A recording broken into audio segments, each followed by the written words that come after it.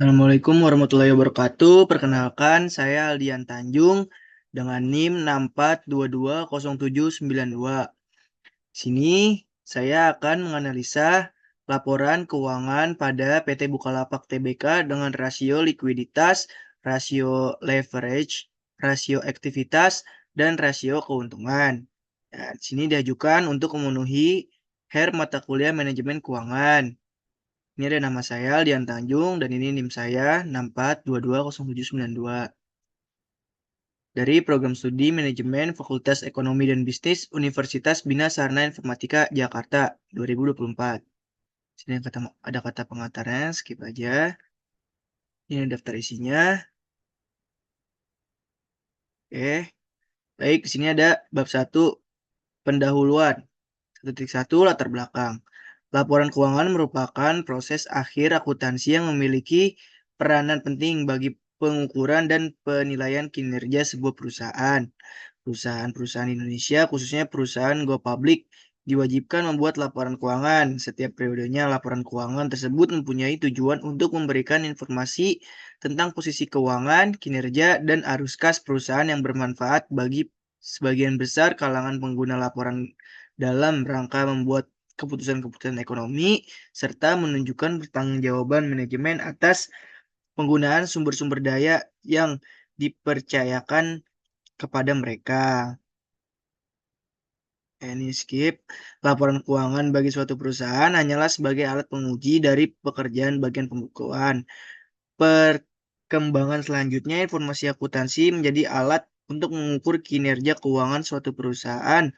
Pengukuran kinerja keuangan bermanfaat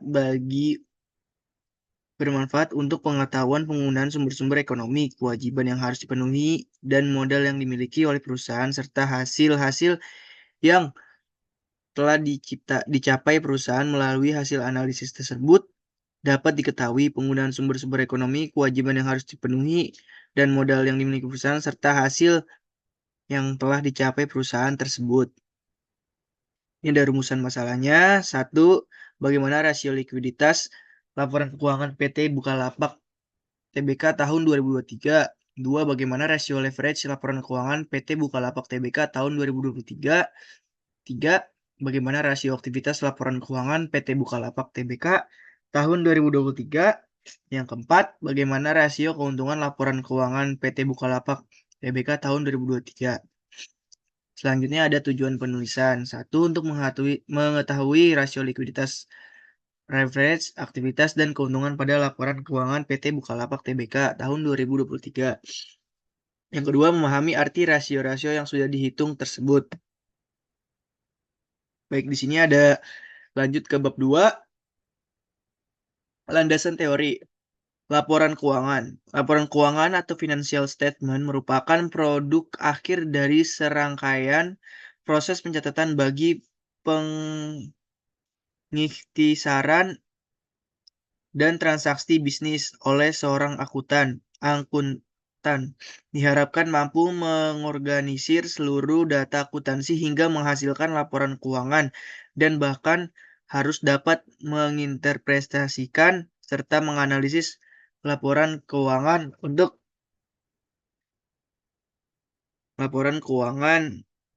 yang dibuatnya. Laporan keuangan pada dasarnya adalah hasil dari proses akuntansi yang dapat digunakan sebagai alat mengkomunikasikan data keuangan atau aktivitas perusahaan kepada pihak-pihak yang berkepentingan.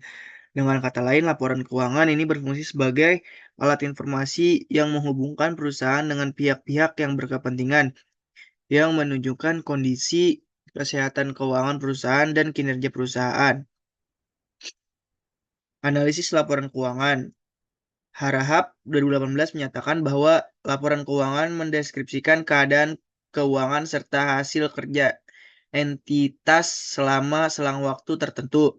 Jenis laporan keuangan banyak diketahui, yaitu neraca, laporan laba rugi, laporan perubahan ekuitas, serta laporan arus kas. Selain itu, laporan keuangan selalu melaporkan aktivitas perusahaan dalam suatu periode tertentu.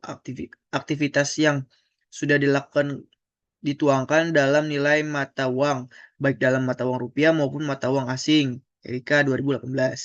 Menurut Darmawan, analisis rasio adalah analisis kuantitatif informasi yang terkandung dalam laporan keuangan perusahaan yang digunakan untuk mengevaluasi berbagai aspek operasi dan kinerja keuangan perusahaan seperti rasio likuiditas, rasio aktivitas, rasio profitabilitas, dan rasio solvabilitas.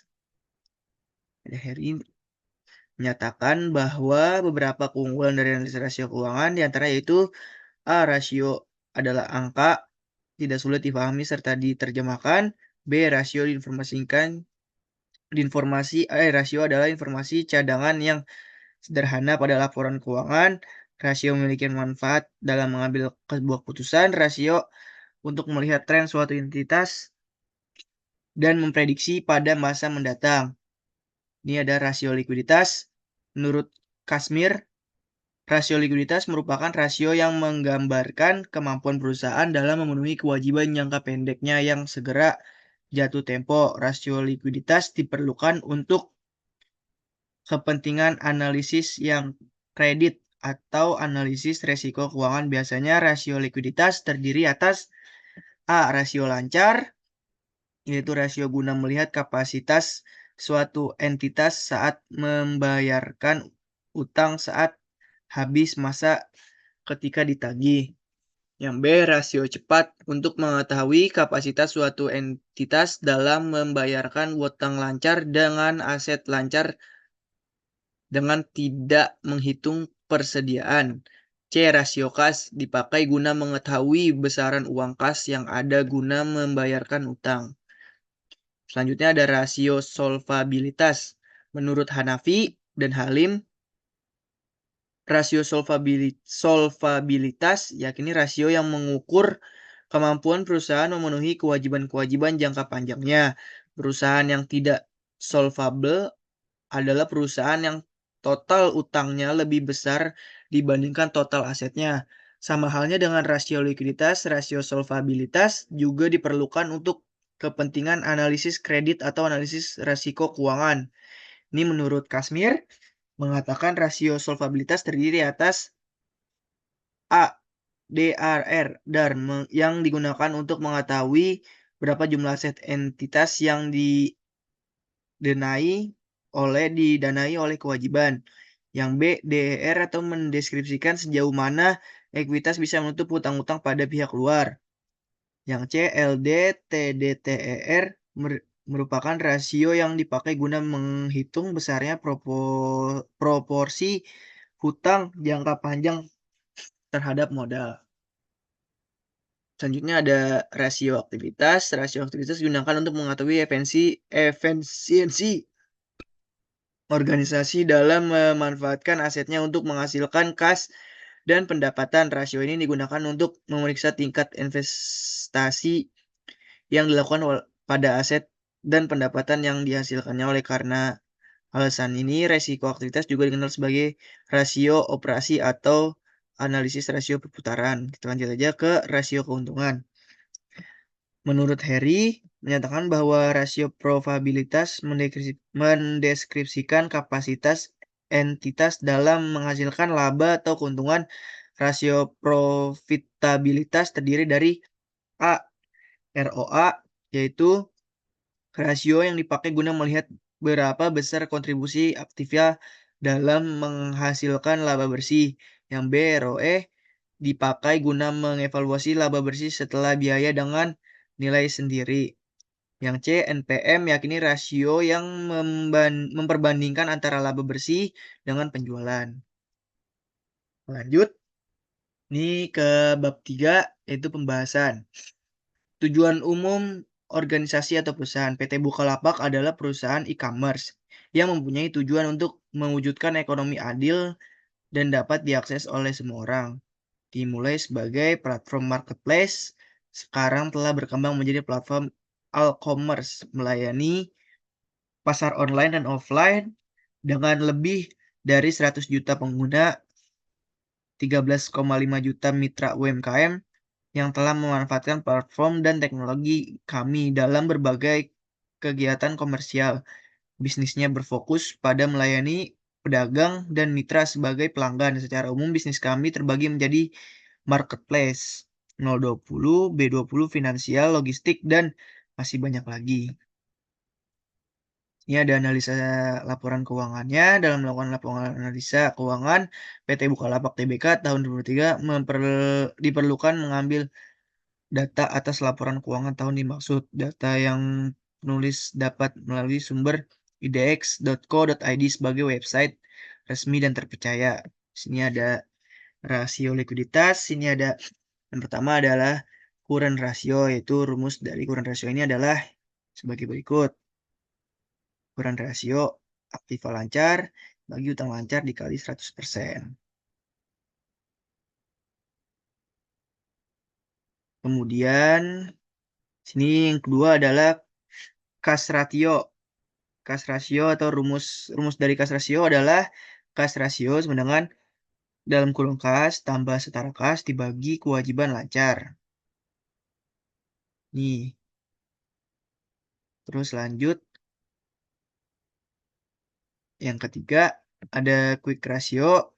Rumus dari quick ratio adalah quick ratio aktiva lancar. Quick ratio sama dengan aktiva lancar dikurang persediaan dibagi hutang lancar.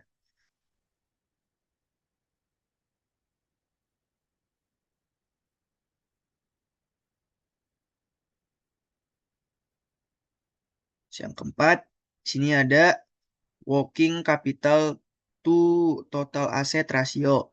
Rumus dari working capital to total asset adalah sebagai berikut. Ini adalah rumusnya.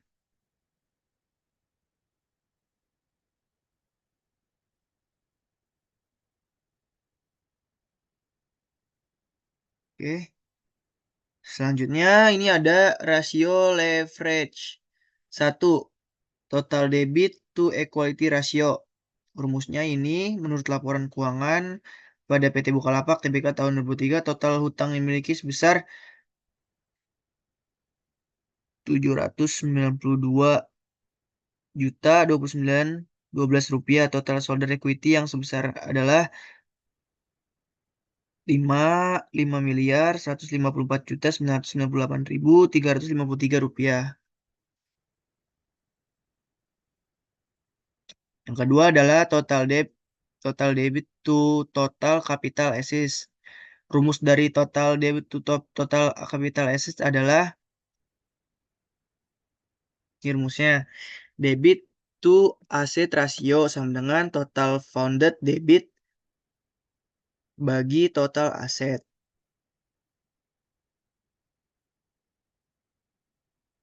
Ketiga, ini ada long term debit to equity ratio. Rumus dari long term debt to equity ratio adalah sebagai berikut. Long term debt to equity ratio sama dengan long term debt dibagi shareholders equity. Ini rumusnya.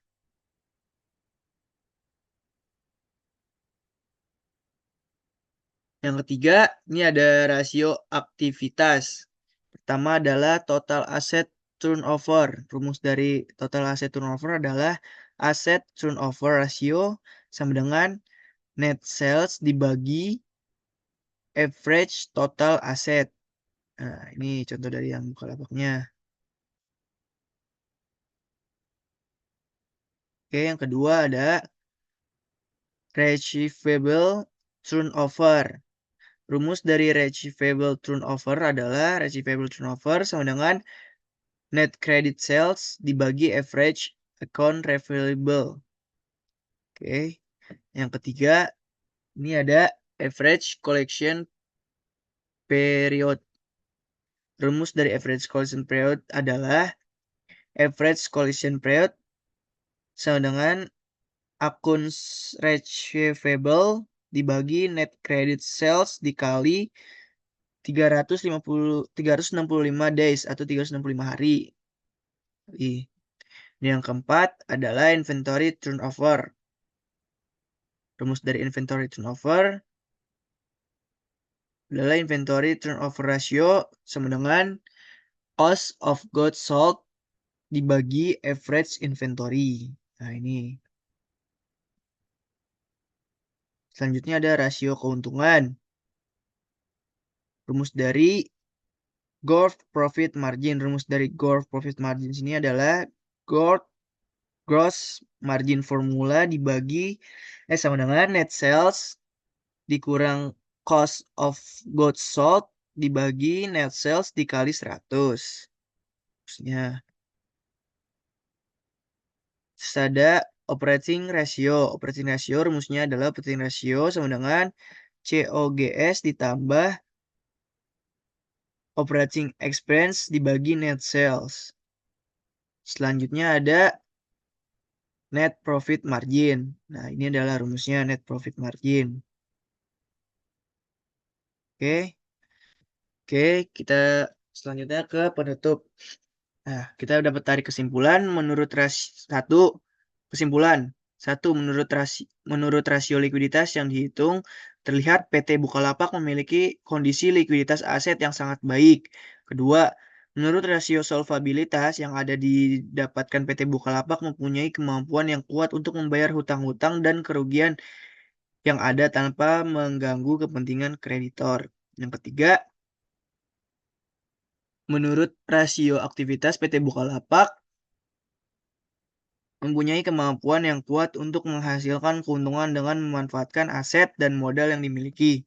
Yang keempat, menurut rasio profitabilitas PT Bukalapak belum bisa didapatkan hasilnya dikarenakan produk yang dijualkan bukanlah produk milik pribadi melainkan pihak ketiga. Sarannya dapat dilihat dari keberadaan kas dan setara kas yang besar memang dapat menguatkan kemampuan solvabilitas perusahaan, tapi akan lebih baik lagi jika perusahaan dan dapat memanfaatkan aset yang ada untuk mendapatkan keuntungan lebih besar. Demikian analisis yang saya sampaikan, lebih dan kurangnya mohon maaf. Wassalamualaikum warahmatullahi wabarakatuh.